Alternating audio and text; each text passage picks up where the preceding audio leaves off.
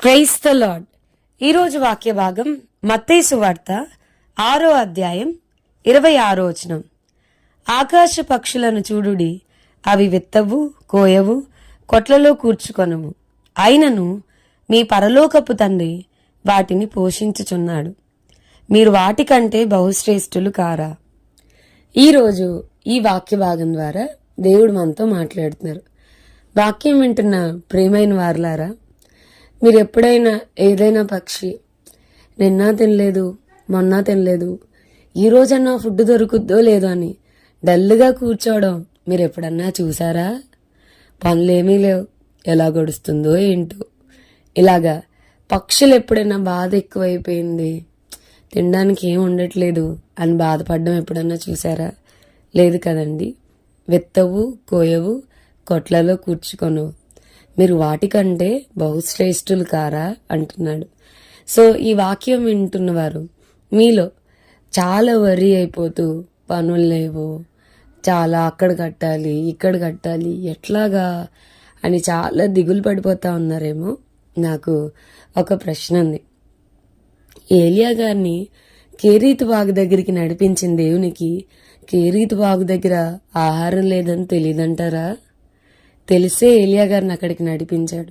కానీ కాకోలము చేత ఏలియా గారిని ఆశ్చర్యంగా పోషించాడు. అందుకే కదండి మనం పాడతాం, ఏ కాకులము కాదు నీ పిల్లలం మేము, ఆ కాకులతోనైనా పోషించగలవు, సింహపు పిల్లలు లేమిగలవై ఆకలిగొననేమో గాని యెహోవాను ఆశ్రయించిన వానికి ఏ మేలు కొదువై ఉండదు. తల్లులు లేదా తండ్రులు వారి పిల్లలను పస్తుంచారు కదండి. ఎట్లయినా ఏదొకటి చేసైనా వారిని పోషించాలి అనుకుంటారు. మరి మన పరలోకపు తండ్రి ఆయన మరి నిశ్చయంగా మరి మేలైనది మనకు అనుగ్రహిస్తాడు కదా. సో అక్కడ కట్టాలి, అది చేయాలి, ఇది చేయాలి, ఎలాగా అని ఆలోచిస్తూ రాత్రులు నిద్రపోకుండా వరి అయిపోతున్న వాళ్ళారా, మీతోనే దేవుడు మాట్లాడుతున్నాడు. ఆకాశ పక్షులను చూడు. సృష్టి ఆయన మహిమను, ఆయన చేతి పనిని వివరిస్తుంది. ఆయన ఆశ్చర్యకరుడు. ఆశ్చర్యకరంగానే మనల్ని పోషిస్తాడు, ఆశ్చర్యకరంగానే మనల్ని నడిపిస్తాడు. మీరు అనొచ్చు, లోకం ప్రకారం రోకలు లేనిదే ఏ పని జరగదు. అవును కదండి. కానీ మన దేవుడు చాలా ఆశ్చర్యకరుడు. విశ్వాస ప్రయాణం మనం నేర్చుకోగలిగితే రోకలు లేకుండా కూడా మన బండి నడుస్తుంది. అది కొంతమందికి అర్థం కావచ్చు, కొంతమందికి అర్థం కాకపోవచ్చు. సో విశ్వాసంతో ప్రయాణం కొనసాగిద్దాం. మన ఇంట్లో లేవు అనేది ప్రభువుకి తెలుసు, మనకంటే ముందే తెలుసు. సో మీరు అతిగా ఆలోచించి బుర్ర బద్దలు కొట్టుకుని ఓకు టెన్షన్ పడిపోయి ఎట్లాగా అని అనుకోవద్దండి. ఆయన పాదాల దగ్గర కూర్చోండి, ఆయన సమకూరుస్తాడు. మీ ప్రతి అవసరత ఆయనతో చెప్పండి. ఆయన తన మహిమైశ్వర్యం చొప్పున క్రీస్తు యేసు మహిమలో మన ప్రతి అవసరతని సమృద్ధిగా తీరుస్తాడు. అర్థమవుతుందా అండి? ఏదో పైపైన కాదు, సమృద్ధిగా ఇస్తాడు. మీకు పనులు లేకపోవడము, ఆర్థికంగా ఉన్న స్ట్రగుల్స్, ఫ్యామిలీ బర్డెన్స్ ఏమున్నాయో అవన్నీ ప్రభు దగ్గర తీసుకెళ్ళండి. ఆయన పాదాల దగ్గర కూర్చుని ఓకు ఆలోచించి రాత్రులంతా నిద్రపోకుండా ఉండడం వల్ల ఏం ఉపయోగం లేదండి. చింతపడకుడి అని వాక్యం ఎంతో స్పష్టంగా చెప్తుంది. సో ఆయన పాదాల దగ్గర కూర్చుని మీ హృదయాన్ని ఖాళీ చేసుకోండి. Empty your self. ఆ బర్డన్ అంతా కూడా, అందుకని ఆయన అన్నారు కదా, ప్రయాసపడి భారం మోసుకొంచున్న సమస్త జనులారా నా యొద్దకు రండి అని పిలిచారు.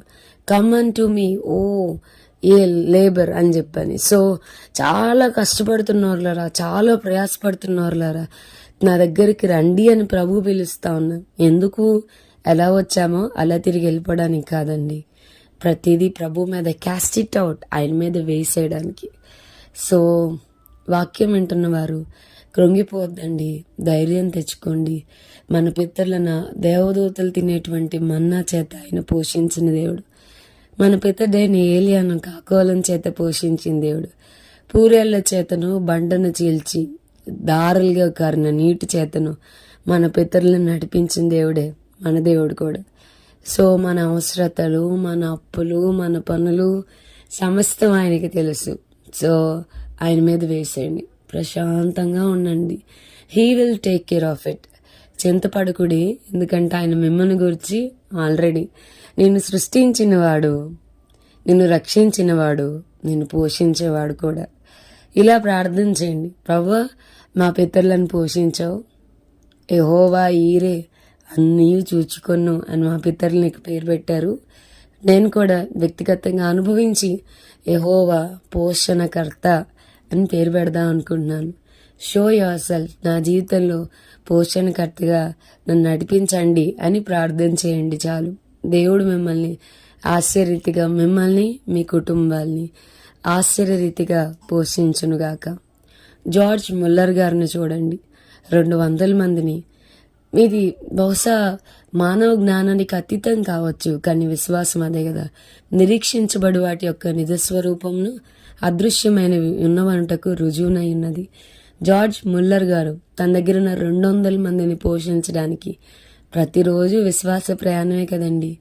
ఏమీ లేదు, మొత్తం అయిపోయింది అని జార్జ్ ముల్లర్ గారికి వచ్చి చెప్పినప్పుడు వాళ్ళందరి ప్లేట్లు క్లీన్ చేసుకోమనండి, స్పూన్స్ వాష్ చేసుకోమనండి, కర్చీఫ్స్ అన్నీ కట్టండి, టేబుల్ మీద కూర్చోబెట్టండి, నేను ప్రార్థన చేస్తాను. అలా అందరూ వచ్చి కూర్చునే లోపల ఎవరొకరు డోర్ కొట్టి ఇదిగోండి పిల్లల కోసం అని పంపించేవారు. అలా ఒకరోజు కాదు, ఒక పూట కాదు, ప్రతి పూట, ప్రతి సంవత్సరం ఆశ్చర్యరీతిగా నడిపిస్తూనే వచ్చాడు. హీఈస్ అవర్ ఫాదర్, ఆయన మన కన్న తండ్రి. సో మనల్ని విడిచిపెట్టాడు. ధైర్యంగా ఉందాం. దేవుడి వాక్యం ద్వారా మనందరినీ దీవించును గాక. ప్రార్థన చేసుకుందాం.